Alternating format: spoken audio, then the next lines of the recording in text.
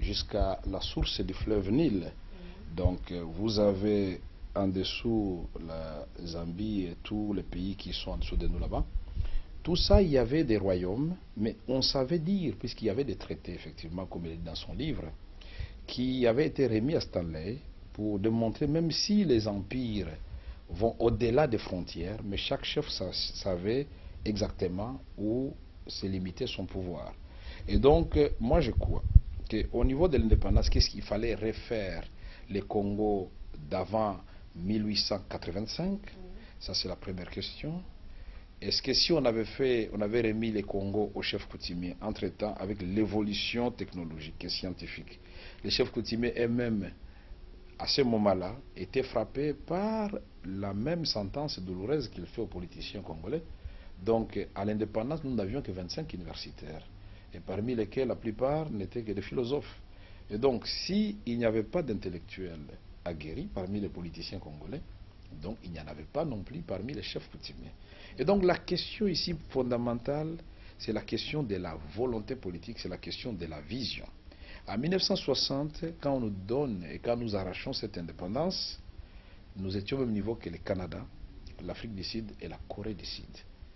Et donc, les combats de l'indépendance avaient été menés aussi par les politiciens. C'est eux, avec Lumumba en tête, qui ont organisé toute la résistance contre la colonie. Mais nous disons qu'il y a des chefs coutumiers aussi.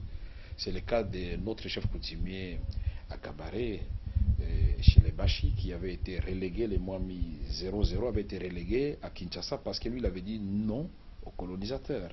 Et pour donc entrer dans son royaume, il fallait le reléguer à Léopoldville. On l'avait même envoyé à Bruxelles et il est revenu après. Donc quelque part, Bokomba, j'ai dit, il a raison.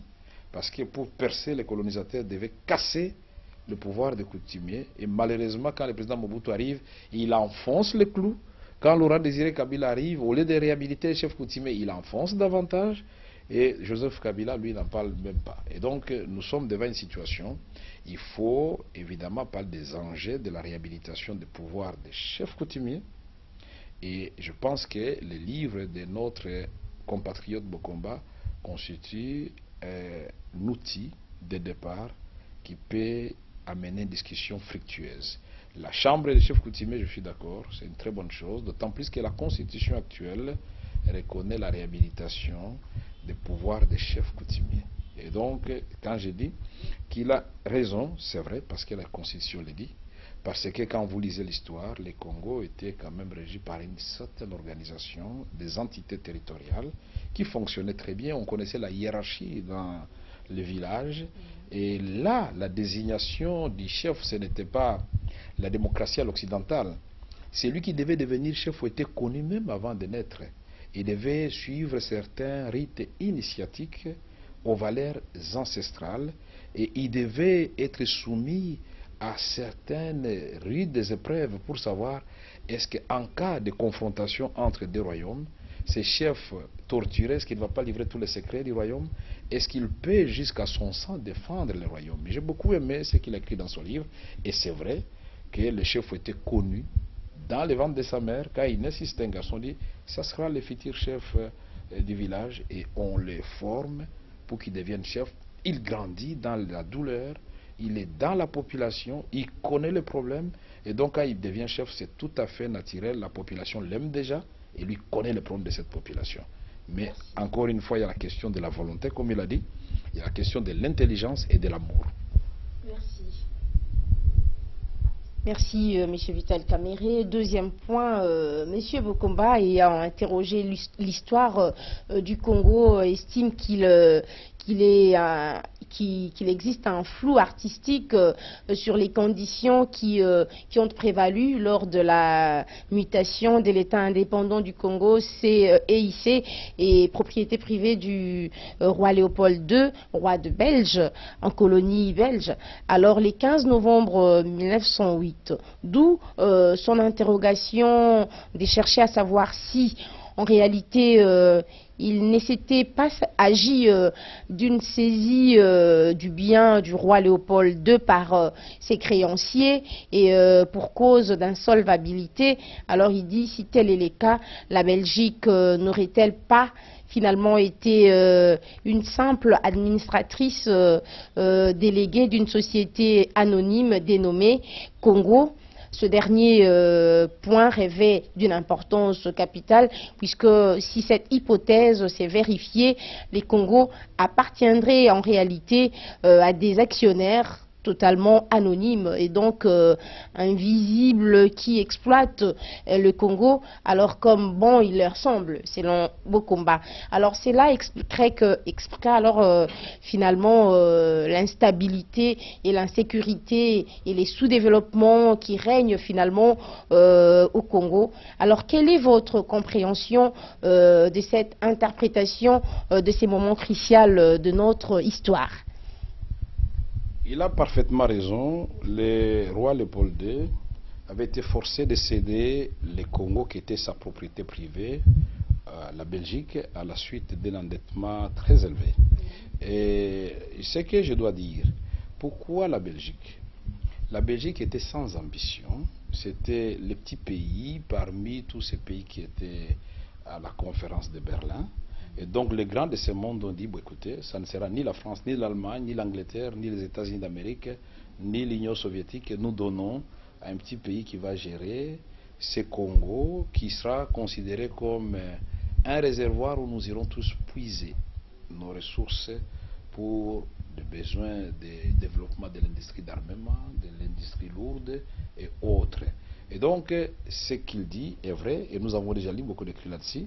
Et moi, j'avais, dans mon livre, quand j'ai donné les récits historiques de cette période, cela est écrit. Mais vous savez que tous les peuples du monde doivent se libérer.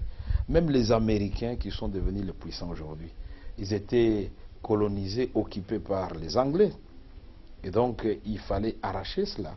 Les Japonais, les Chinois étaient occupés par les Japonais pendant 104 ans.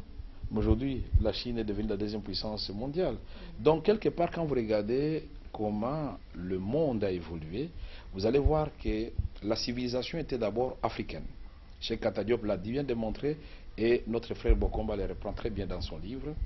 Il démontre l'antériorité de la civilisation nègre. Mais avec le Nil, en suivant le Nil, le long du Nil, jusque dans le monde gréco-romain, on a pris nos formules, notre intelligence, et on nous a retourné ça comme étant de la découverte occidentale. Et donc, on est passé, les Romains et les Grecs croyaient que c'était le sommet, mais eux aussi, à leur tour, ils ont subi les Français avec Napoléon, entre autres. L'Italie a souffert à son temps. Et ça a continué jusqu'à ce que l'Amérique est devenue la grande puissance. Aujourd'hui, c'est la Chine, au cours des 2 dernières décennies, qui s'est relevée et qui a sorti la tête de l'eau avec l'Inde. Et moi, j'ai toujours dit, la décennie qui a commencé depuis 2011 devrait être la décennie de l'Afrique, puisque l'Amérique latine, avec le Brésil en tête, et le Chili et tous les pays sont en train de suivre, sont entrés déjà dans l'hémisphère de ce qu'on appelle les pays émergents. C'est un concept encore inventé par l'Occident, pour dire que vous êtes dans la salle d'attente des pays développés, mais alors que à tout considérer aujourd'hui, le Brésil, c'est un pays développé, indépendamment des inégalités internes. La Chine, c'est une grande puissance, mais on ne considère pas la Chine comme étant un pays développé à cause des inégalités internes. Et donc, l'Afrique, avec tout ce que nous avons, nous sommes la future destination. Les ressources naturelles abondantes, nous avons les ressources humaines, une position entre la Méditerranée, l'océan Indien, l'océan Atlantique, c'est extraordinaire. Et donc, nous pouvons aussi bien échanger avec l'Asie, avec l'Europe, qu'avec l'Amérique. Et je crois que l'Afrique, nous devons, cette solidarité africaine devrait être au niveau des visions aussi. Les dirigeants africains doivent se concerter pour savoir qu'est-ce qu'ils veulent faire de l'Afrique. Est-ce que chacun dans son coin, il va discuter avec les Français, il va discuter avec les Américains, avec les Anglais et avec les Chinois? Ou alors les Africains doivent se mettre d'abord ensemble, comme l'a dit Bokomba, pour savoir qu'est-ce que nous voulons faire de cette Afrique, et que si nous sommes pris individuellement, nous avons le même discours. Et donc, c'est là les grands problèmes que nous avons. Et au niveau de notre pays, effectivement, nous ne devons pas croire que les Belges et les autres nous diront, écoutez, messieurs les Congolais, vous êtes maintenant libres et indépendants sur le plan économique. Non. Quand Mabika Kalanda a parlé de la décolonisation, il a dit qu'il faut une remise en question. Nous devons nous remettre en question, remettre l'ordre actuel en question. Il faut briser la spirale de la médiocrité, de la dépendance, de l'extraversion mentale et même de notre économie. Il y a beaucoup de choses à faire. Et je crois que là, Bokomba, c'est toute une thèse de doctorat qu'il est en train d'écrire. Et c'est une innovation que nous devons saluer. Merci. Merci. Je reviens sur l'indépendance du Congo pour dire que selon l'auteur Bokomba Kasakasa, la question de créanciers de l'ancien roi de Belge et celle de leur identité ont complètement échappé aux Congolais. Alors lors de la tenue de la table ronde tenue à Bruxelles le 20 janvier au 20 février 1960, même aujourd'hui, personne ne s'en préoccupe quand on voit les conséquences de la crise de la dette qui frappe quasiment tous les pays européens. On peut s'interroger sur cet étrange oubli. Alors finalement, le 30 juin 1960, les Congolais n'ont-ils pas obtenu de la Belgique une indépendance des pacotis, s'interroge-t-il. Alors ne faudrait-il pas une autre indépendance, une vraie, cette fois pour le peuple congolais? Et qu'en pensez-vous? Merci, Madame Guidil. Je voudrais dire qu'il a raison, puisque l'indépendance qu'on nous a donnée par la main droite, on l'a reprise par la main gauche. Et j'ai souligné qu'il y a eu des erreurs que nos pères de l'indépendance ont commises.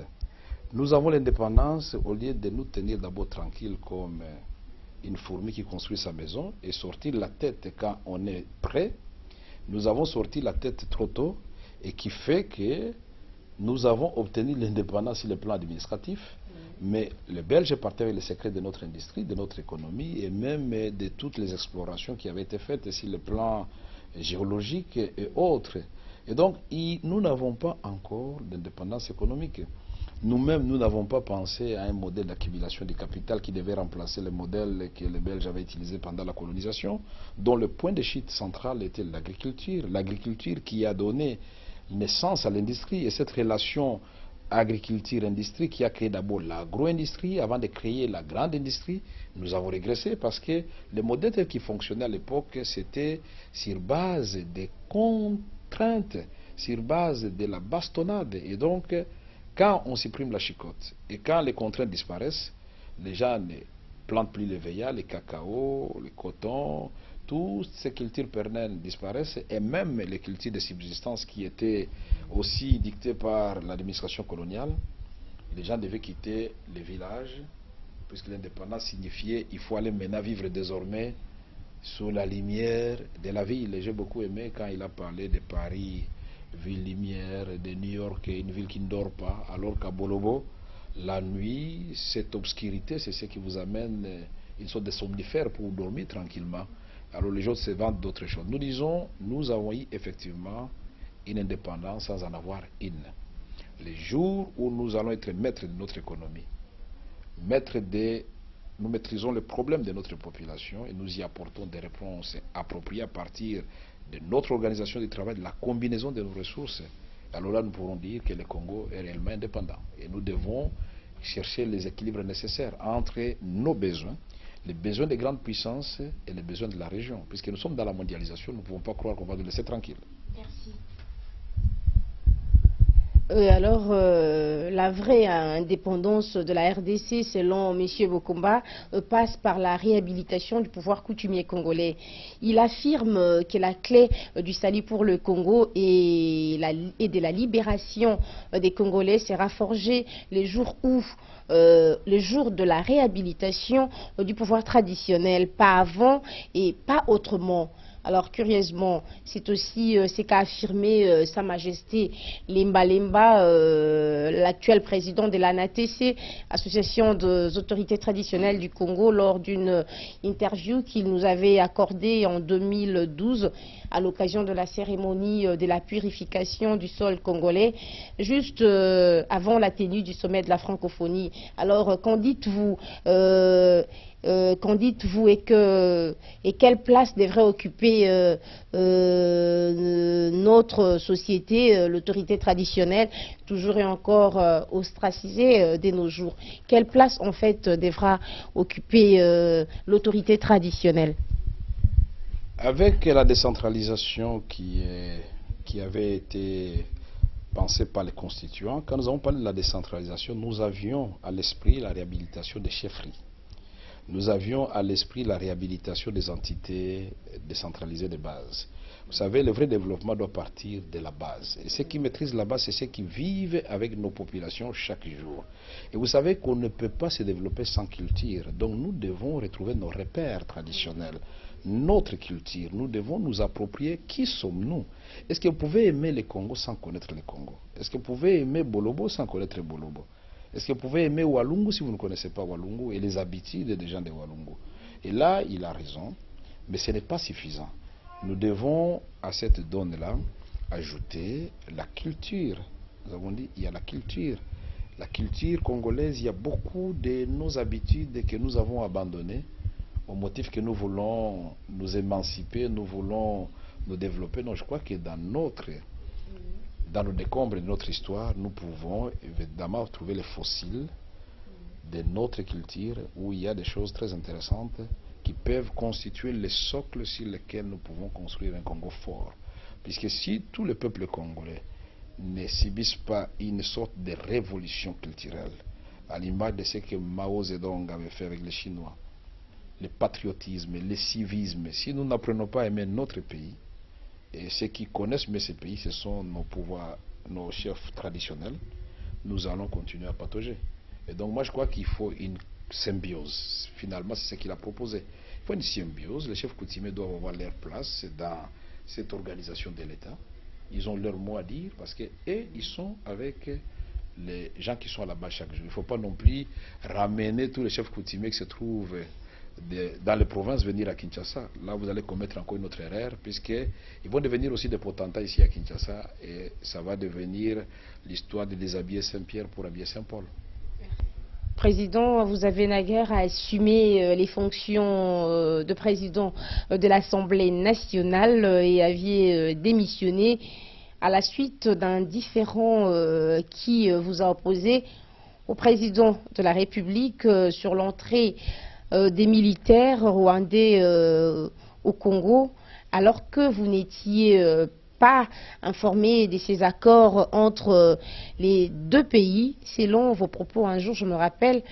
Or, M. Bokomba Kassakassa préconise que la Chambre de chefs coutumiers exerce un pouvoir de contrôle et de validation, notamment sur tout traité ou pacte avec des États étrangers. Alors, ne pensez-vous pas qu'un tel conflit aurait pu être évité si une telle institution existait au Congo? Là, je parle de la Chambre nationale de chefs coutumiers. Vous savez que ce soit la Chambre nationale des chefs coutumiers, que ce soit l'Assemblée nationale, la première maladie dont il faut guérir les dirigeants congolais, c'est la corruption, la cupidité. Vous savez que les Congolais devant l'argent, et notre ami Bokomba l'a dit dans son livre, nous avons le pouvoir de l'argent pour le moment. Il a dit qu'il y a deux types de pouvoirs. Le pouvoir de procréation et le pouvoir de l'argent. L'argent aujourd'hui dirige tout et c'est regrettable. Donc vous savez, devant une situation comme ça, admettons que si nous tous, à la suite de M. Kamere, nous avions démissionné en bloc l'Assemblée nationale, vous pensez que vraiment le président de la République allait persister et signer et continuer? Les gens ont manqué ce courage-là et pourtant ils me soutenaient tous en coulisses. Il a suffi qu'on les menace et tous ils ont tourné le dos. Mais ce qui est dommage, c'est que les gens, le peuple n'oublie pas, parce que partout où je passe, ah papa merci, toyebiyo, boyaka makambwana. Mais quand j'entends des gens qui veulent s'amuser ou qui sont instrumentalisés par les pouvoirs en place, m'assimiler moi aux agresseurs ou de leurs collabos, moi ça me fait rire, puisqu'il n'y a pas meilleure démonstration que celle-là. J'étais numéro 2 du pays et j'ai quitté mes fonctions parce qu'on m'avait demandé, comme on l'avait demandé au général Etumba, le même jour, lui il a changé, le matin il a déclaré sur Radio Okapi, la même chose que moi. On nous a intimidés nous tous deux, mais lui le soir il est passé sur la RTNC pour changer de version. Mais moi j'ai dit je ne change pas parce que je suis convaincu que ces forces conjointes et la signature d'un accord avec les CNDP va nous entraîner dans le gouffre. Aujourd'hui nous y sommes, ce n'est plus le CNDP, c'est le M23. Et on dit aidé par qui? Par le Rwanda et l'Ouganda. Et donc je n'ai pas été prophète, c'était des faits palpables, prévisibles. Et donc pour revenir à la proposition de Bokomba, il a raison. Si on avait demandé sans les intimider, sans les corrompre, les chefs coutumiers du Nord et du Sud Kivu, et de la province orientale, du Nord Katanga, ils allaient dire non. Parce que le moment ne s'y prêtait pas, les plaies, les blessures de nos populations n'étaient pas encore pensées, et le pays n'était pas totalement pacifié, et donc il était malvenu qu'on puisse nous dire, comme j'ai toujours donné l'exemple de la Palestine et d'Israël, vous êtes en guerre et puis on dit bon, voilà, c'est lui qui vous a agressé hier, c'est lui qui va vous venir pacifier le pays. J'ai dit ça c'est une honte pour le pays et on s'est moqué du peuple congolais. C'est assez. J'ai dit les chefs coutumiers doivent jouer un rôle, mais faisons attention puisque de plus en plus je crois que, je vis qu'il a fait longtemps sans revenir au Congo, notre frère Bokomba, il doit savoir que la plupart des chefs coutumiers maintenant obéissent aussi au pouvoir de l'argent. Il faut qu'ils mettent un bémol, il faut qu'ils disent réhabiliter les chefs coutumiers, créer la chambre des chefs coutumiers, mais que ces derniers doivent aussi se remettre en question pour savoir qu'ils ont sur leurs épaules les espoirs et le destin de tout un peuple et que face à cela, il faut les réinitier encore davantage, endurcir leur formation pour qu'ils ne succombent pas devant le dollar. Trop peu vont résister au dollar. Vous êtes là, je suis locataire dans cette maison de l'État. Et je pourrais vous montrer, ce n'est pas le propos du jour, je suis locataire, le seul sur cette avenue, vous avez la maison jumelle là, on l'a transformée parce qu'on l'a vendue. Et là on est en train de me donner un litre de mise en demeure parce que certainement, il y a quelqu'un qui est en train d'acheter cette maison, mais j'ai dit, il faut résister devant tout ça et dire, nous devons sauver le Congo, ensemble on sauvera le Congo. Et j'ai dit au peuple congolais qui nous suit à ce moment, de partout, et à mon frère Bokomba, je recommande de lire Jean 24. Puisque beaucoup de gens nous annoncent, Dieu il est là, bon, Jésus est ici, je vais vous guérir, je vais faire ceci. Mais Dieu lui-même dit, le signe de mon retour, ça sera comme à l'époque de Noé. Beaucoup viendront parler à mon nom, mais ça ne sera que des faux prophètes. Beaucoup viendront prophétiser ceci ou cela, ce sont des mensonges. Notre peuple qui traverse des moments très difficiles, dans ces moments de résurrection de Jésus-Christ, je dois souhaiter d'abord joyeuse Pâques à notre peuple et dire que nous devons nous lever. Comme le cardinal Monsengo l'a dit, le mot d'ordre, nous lever et marcher. La résurrection, ça signifie qu'avec Jésus-Christ, nous sortons tous du tombeau et nous marchons et nous allons arriver à la destination. On avance lentement et sûrement vers la fin de notre entretien, mais avant de clôturer notre interview, M. Bokomba a été qualifié de prophète par les chefs coutumiers. Or, un prophète annonce toujours des choses, des événements qui vont se produire, se réaliser dans le futur.